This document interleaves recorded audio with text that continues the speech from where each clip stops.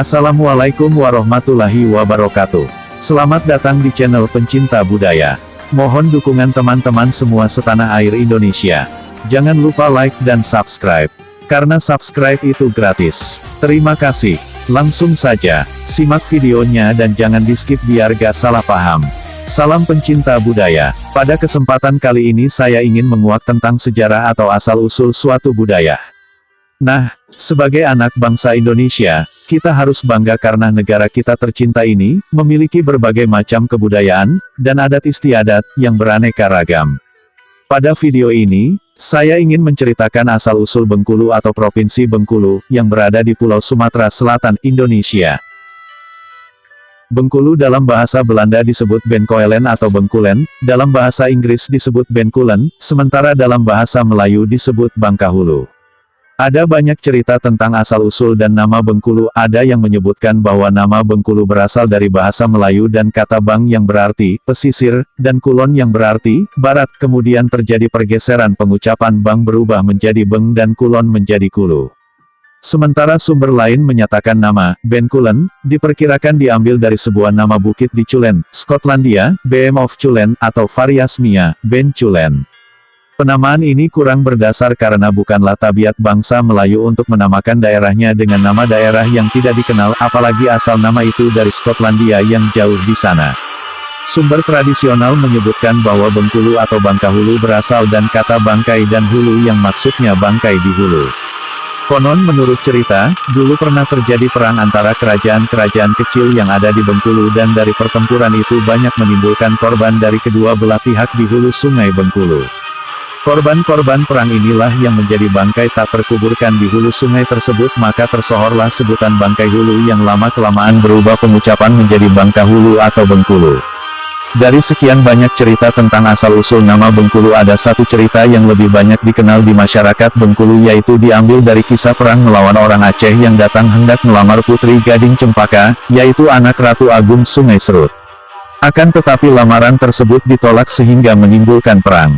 Anak dalam saudara kandung Putri Gading Cempaka yang menggantikan Ratu Agung sebagai Raja Sungai Serut berteriak, "Empang Kahulu," yang berarti hadang mereka dan jangan biarkan mereka menginjakan kakinya ke tanah kita. Dari kata-kata tersebut maka lahirlah kata Bangkahulu atau Bengkulu. Sejak tahun 1824 sampai tahun 1942 daerah Bengkulu sepenuhnya berada di bawah kekuasaan pemerintahan Hindia Belanda. Namun, Belanda baru sungguh-sungguh mendirikan administrasi kolonialnya di Bengkulu tahun 1868. Karena produksi rempah-rempah sudah lama menurun, Belanda berusaha membangkitkannya kembali. Ekonomi Bengkulu membaik dan kota Bengkulu berkembang. Tahun 1878 Belanda menjadikan Bengkulu residensi terpisah dari Sumatera Selatan dan kota kecil Bengkulu dijadikan sebagai pusat pemerintahan Gewes Benkulen. Setelah Belanda kalah dari Jepang pada tahun 1942 dimulailah masa penjajahan Jepang selama kurang lebih 3 tahun. Pada masa pemerintahan Jepang dan revolusi fisik, kota Bengkulu ini menjadi ajang pertempuran untuk merebut dan mempertahankan kemerdekaan, karenanya tidak sedikit putra terbaik Bengkulu yang gugur. Pada masa revolusi fisik, kota Bengkulu menjadi tempat kedudukan gubernur militer Sumatera Selatan yang kala itu gubernurnya adalah Dr.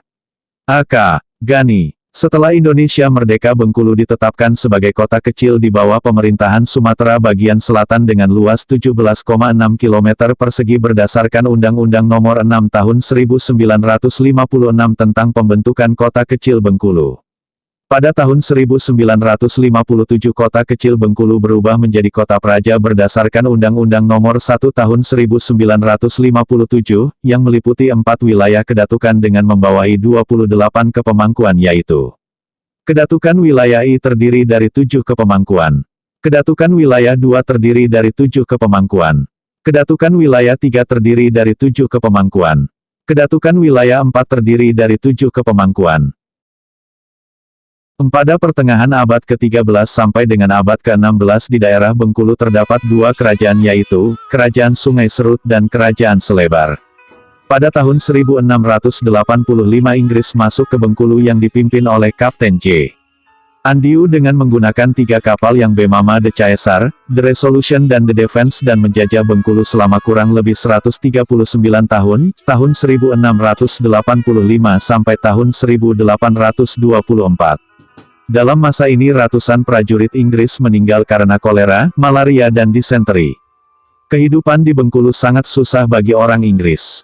Saat itu perjalanan pelayaran dari Inggris ke Bengkulu memakan waktu 8 bulan. Terjadi juga pertempuran dengan penduduk setempat. Pada tahun-tahun 1714 sampai tahun 1719 Inggris mendirikan benteng Marlborough di bawah pimpinan Wakil Gubernur England MDC Company EIC, yaitu Joseph Collet. Namun karena kesombongan dan keangkuhan Joseph Collet, begitu benteng Marlborough selesai dibangun pada tahun 1719 rakyat Bengkulu di bawah pimpinan Pangeran Jenggalu menyerang pasukan Inggris di ujung karang dan benteng Marlborough berhasil mereka kuasai serta Inggris dipaksa meninggalkan Bengkulu. Peristiwa heroik ini sampai sekarang diperingati sebagai hari jadi kota Bengkulu. Namun pasukan Inggris kembali lagi ke Bengkulu dan perlawanan rakyat Bengkulu terhadap Inggris tetap berlanjut. Pada tahun 1807 Residen Inggris Thomas Parr dibunuh dalam suatu pertempuran melawan rakyat Bengkulu. Parr diganti Thomas Stamford Raffles, yang berusaha menjalin hubungan yang damai antara pihak Inggris dan penguasa setempat. Di bawah perjanjian Inggris-Belanda yang ditandatangani tahun 1824 Inggris menyerahkan Bengkulu ke Belanda, dan Belanda menyerahkan Singapura ke Inggris. Berdasarkan Undang-Undang Nomor 9 Tahun 1967 Jo Peraturan Pemerintah Nomor 20 Tahun 1968 tentang Pembentukan Provinsi Bengkulu, menetapkan Kota Bengkulu sebagai Ibu Kota Provinsi Bengkulu. Dengan ditetapkannya Undang-Undang Nomor 5 Tahun 1974 tentang Pokok-Pokok Pemerintahan di Daerah, merubah sebutan Kota Praja menjadi Kota Madya Daerah Tingkat 2 Bengkulu. Kota Madya Daerah Tingkat 2 Bengkulu selanjutnya dibagi dalam 2 wilayah setingkat kecamatan berdasarkan Surat Keputusan Gubernur Kepala Daerah Tingkat 1 Bengkulu Nomor 821.2739 tanggal 22 Januari tahun 1981, yaitu Wilayah Kecamatan Teluk Segara, Wilayah Kecamatan Gading Cempaka. Dengan ditetapkannya Surat Keputusan Wali Kota Madya Kepala Daerah Tingkat 2 Bengkulu Nomor 440/1981 dan Nomor 444/1981 dan dikuatkan dengan Surat Keputusan Gubernur Kepala Daerah Tingkat 1 Bengkulu Nomor 141/1982 tanggal 1 Oktober tahun 1982, menghapus wilayah kedatukan dan kepemangkuan menjadi kelurahan. Berdasarkan Peraturan Pemerintah Nomor 42/1982 Wilayah Kota Madya Daerah Tingkat 2 Bengkulu, terbagi 2 wilayah kecamatan definitif yang membawahi 38 kelurahan, yaitu Kecamatan Teluk Segara membawahi 17 kelurahan. Kecamatan Gading Cempaka membawahi 21 kelurahan.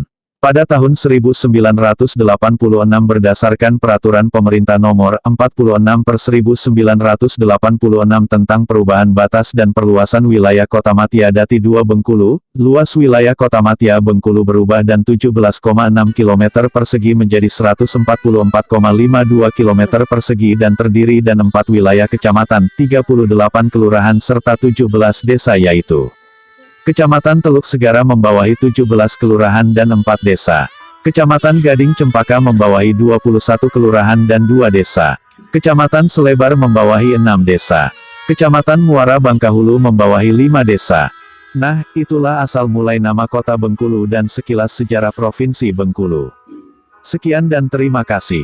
Salam pecinta budaya. Jangan lupa subscribe channel Alo Populer dan ikuti terus dengan nyalakan loncengnya, agar kalian semua tidak ketinggalan video-video terbarunya. Assalamualaikum warahmatullahi wabarakatuh.